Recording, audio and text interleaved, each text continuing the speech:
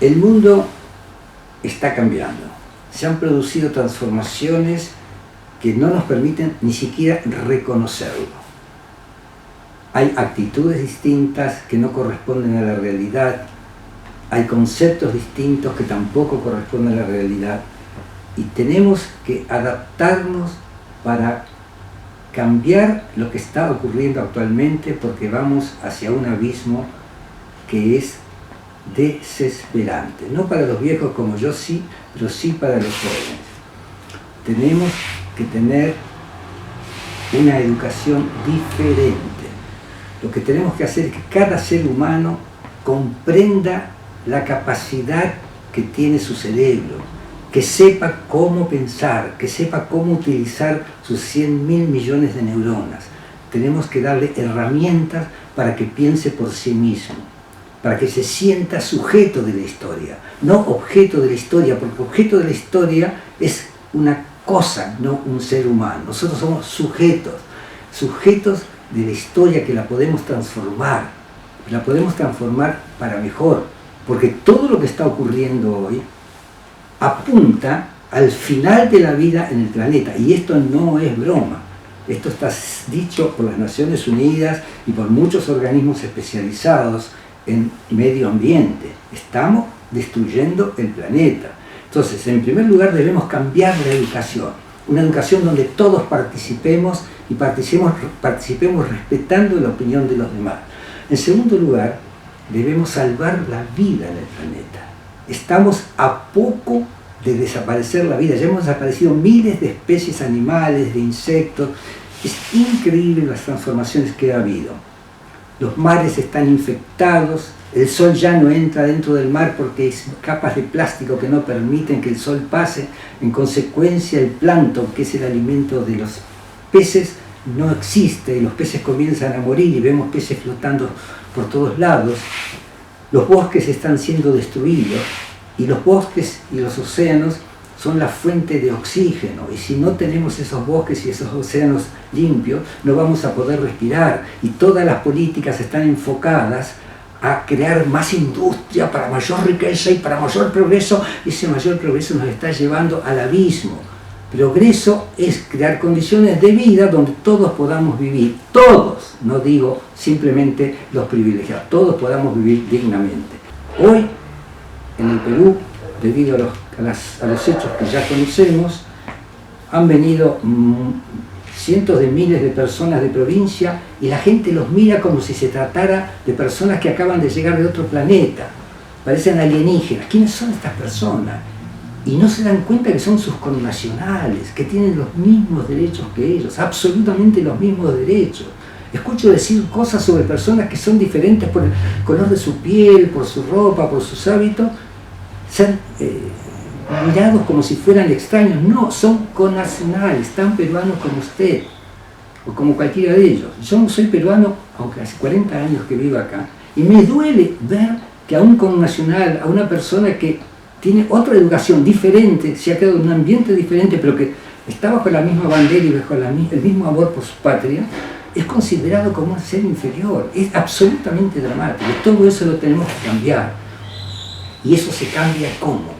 Aprendiendo a convivir con los otros. Tenemos que recomenzar con los planes de integración cultural, es decir, gente de la costa que viva en la sierra, gente de la sierra que viva en la costa, que hagan visitas de 15 días, de 20 días, pero que convivan con los habitantes de ellos, de esos lugares, que trabajen junto a ellos, que intercambien ideas, pero que comprendan que el país es mucho más, muchísimo más que la visión que tiene cada uno en particular. Entonces, la idea es hacer un curso en el cual cambiemos la actitud frente a la vida, cambiemos la actitud frente a la naturaleza y cambiemos la actitud hacia los connacionales, que empecemos a producir un país distinto. Y eso no se hace con la educación actual. La educación actual no es pobre, es pobrísima, es lamentable.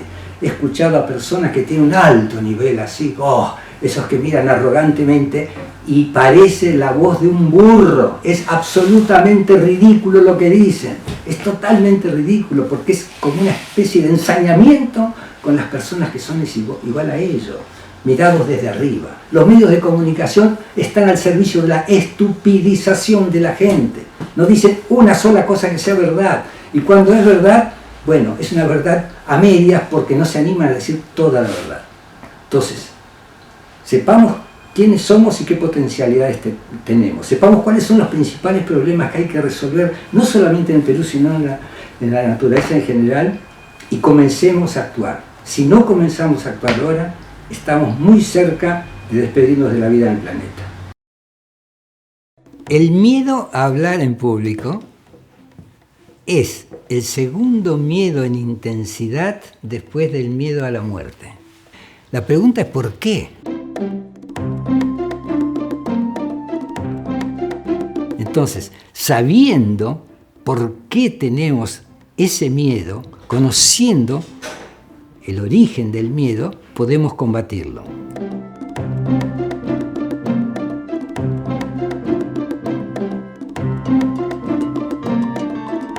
El cuerpo no miente nunca.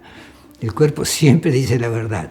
Cuando uno va a decir una mentira, la parte del cerebro que dice la verdad no es la misma que dice la mentira. Entonces la parte que dice la verdad trata de impedir que la mentira salga y lleva la mano hacia la boca.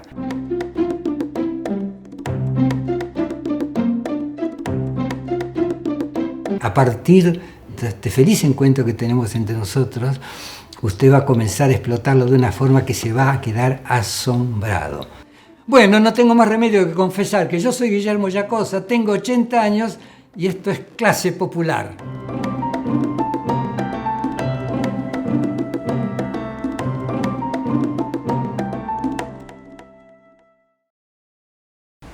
Hace poco, estando en la ciudad de Washington, entré a la casa de unos amigos y ellos hablaron con una máquina y dijeron ¿qué hora es? Y la máquina les dijo qué hora era. ¿Qué temperatura hay? Y la máquina les dio la temperatura. Y le dijo ¿qué tenemos que hacer? Y la máquina les dijo lo que tenían que hacer. Y después otra máquina, que es prima de esta, salió a limpiar los pisos y empezó a limpiar los pisos por todo. Teníamos que levantar los pies así a cada rato porque la máquina estaba limpiando el piso y no se equivocaba nunca. Nunca se equivocaba la máquina. Eso se llama robotización. La robotización ha hecho que miles de personas pierdan su puesto de trabajo, porque ese trabajo lo haría una empleada doméstica que iría a limpiar y hacer esas cosas y muchas otras más. En Francia, la gente que estaba en el metro, es decir, el subterráneo de París, te marcaba los boletos con un aparatito. Eran todos viejos, todos viejitos que se ganaban la vida marcando boletos. Se robotizó eso porque tú ponías el boleto por un lado y salía por el otro. Así que han quedado miles y miles de personas desocupadas. Ahora estamos entrando en la época de la inteligencia artificial. Quiere decir que muchísimos puestos de trabajo y muchísimas carreras van a desaparecer completamente, no van a existir más. Incluso hasta se dice que los farmacéuticos ya no van a existir. Hay una farmacia en los Estados Unidos atendida por un robot farmacéutico. Un millón de atenciones, no hay un solo error. No hay un solo error, es impresionante. Entonces, estamos entrando en un proceso de inteligencia artificial que va a dejar a muchísima gente sin trabajo. Entonces, estamos frente a un mundo que tenemos que transformar para que esa gente sin trabajo no quede en el aire, no tenga que morir de pobreza. Tenemos que crear situaciones que permitan seguir creciendo, y eso es lo que no entienden. Aumentan los inventos, son maravillosos, pero simultáneamente producen efectos desastrosos sobre el clima y sobre la vida de los seres humanos. Todo eso es muy serio. Y nosotros, esto quiero que lo entienda, tenemos 5 sentidos, pero tenemos mucho más de 5 sentidos. Aparte de la vista, el tacto, el olor, el olfato, todo eso, hay otros sentidos. La intuición es un sentido, la precognición es un sentido, cosas que nosotros sabemos por anticipado. Y les voy a contar algo que a mí me parece maravilloso. Lo he contado muchas veces, pero me parece maravilloso. Hay una empresa en los Estados Unidos que contrata personas que aman los perros. ¿Para qué las contrata? Bueno, para hacer un experimento. El primer experimento fue este. 10 personas fueron contratadas y lo que tenían que hacer era irse de su casa durante no sabían cuánto tiempo. Y el perro que vivía con ellos, que estaba todo el día con ellos, que dormía con su dueño, que lo adoraba, vivía abrazado al perro, se quedaba solo en la casa. La empresa ponía comida, ponía agua, y el perro disfrutaba de la soledad o sufría la soledad. No lo puedo asegurar porque no soy perro. Pero el perro no sabía nada de su patrón. Y cada uno de los patrones iba uno a 100 kilómetros, otro a 200, hasta el 10º que se iba a 1000 kilómetros. No sabían cuándo iban a volver. ¿Y saben lo que pasó? Que estas personas, un día, recibieron la información, uno de ellos, uno que estaba a 800 kilómetros, recibió la información. Se llamaba Keoma el señor. Recibió la información y dijo: señor Keoma, usted ya puede volver. Y escuche esto, en el mismo momento que el señor Keoma recibió la información, en el mismo momento, a 800 kilómetros de distancia, el perro se dirigió a la puerta a mover la colita. Y eso ocurrió también con el señor Abel, y con el señor Alonso, y con varios señores distintos, y siempre el perro, en el momento en que se hizo consciente en su dueño que iba a volver, el perro a 800, 900 o 1000 kilómetros, 700 kilómetros, se fue a mover la cola. Y esto, explicado por Albert Einstein, dice lo siguiente: cuando dos células han estado juntas, una célula ha estado junto a otra, ha estado conviviendo, y uno cuando está con un perro incorpora cosas del perro y el perro incorpora cosas nuestras. Entonces cuando esas células han estado conviviendo y se separan, reciben la misma información. Esto es lo que dijo Einstein, pues es increíble. Reciben la misma información aunque estén a una galaxia de diferencia. 1000 kilómetros no es nada, a una galaxia de diferencia. Es decir, el tiempo y el espacio pareciera que en esta situación no existen. Es decir, estamos frente a cambios que son profundos, que son enormes, y seguimos con la misma educación, los mismos prejuicios, las mismas mentiras, las mismas tonterías. Seguimos un camino que no nos conduce hacia el futuro, que nos tiene atados al pasado, pero sin tener en cuenta los problemas nuevos que van a surgir y que evidentemente no van a ser resueltos porque no hay gente capacitada para hacerlo. Tenemos que cambiar la educación, tenemos que cambiar los valores, tenemos que cambiar el compromiso que todos tenemos para poder hacer un mundo donde todos quepamos. Piénselo, usted tiene 100.000 millones de neuronas, cada neurona es una 10.000 conexiones, con lo cual su inteligencia es 10 elevado a la millonésima potencia. Quien no tiene en cuenta su inteligencia es un torpe que no sabe utilizar su capacidad de trabajo. Lo que voy a compartirles es experiencia de vida, de mi vida. Si quieres crear la marca de tu empresa, o quieres crear tu marca personal, o simplemente quieres hacer un ejercicio creativo, este es el curso para el que tienes que estar. Puedes crear obras de arte solo con un lápiz, una cuchilla o con café. El retrato es complejo a la hora de hacerse, pero muy simple a la hora de entenderlo. Si estás acá es porque quieres hacer comedia de lo que tú quieras. Además, uno siempre habla en público. ¿Ustedes no se dieron cuenta? Siempre que estoy hablando con alguien, estoy hablando en público. ¿Por qué quieren esos likes? ¿Porque son guapos o guapas? ¿O porque están haciendo un contenido de calidad? No perdamos más el tiempo y comencemos.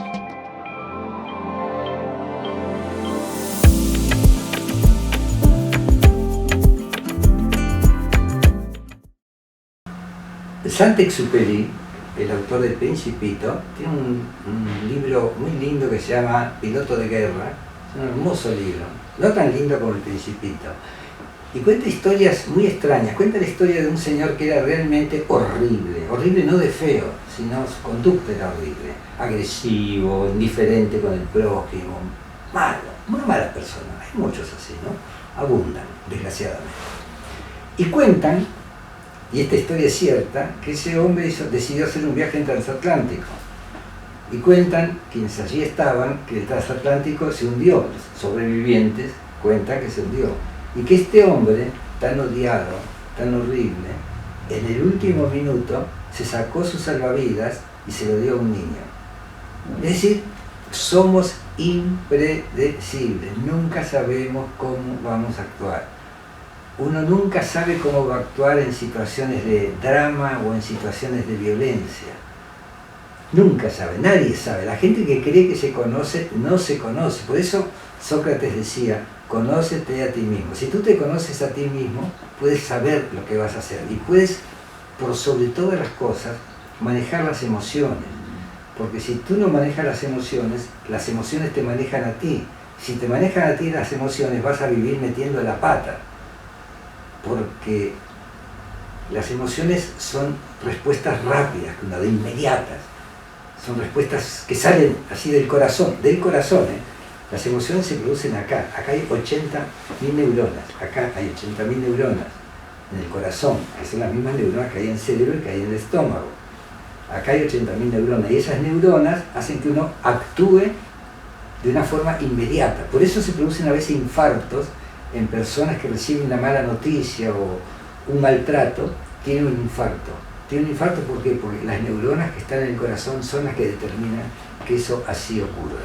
Entonces, no sabemos lo que va a pasar. Por ejemplo, si nos peleamos durante la comida, discutimos con nuestra pareja, con quien fuere, nos va a caer muy mal la comida.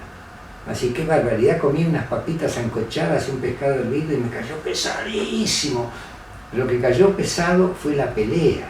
Es decir, cuando uno está alterado no debe de ninguna manera comer y si es posible debe tratar de relajarse para que el corazón no lo traicione.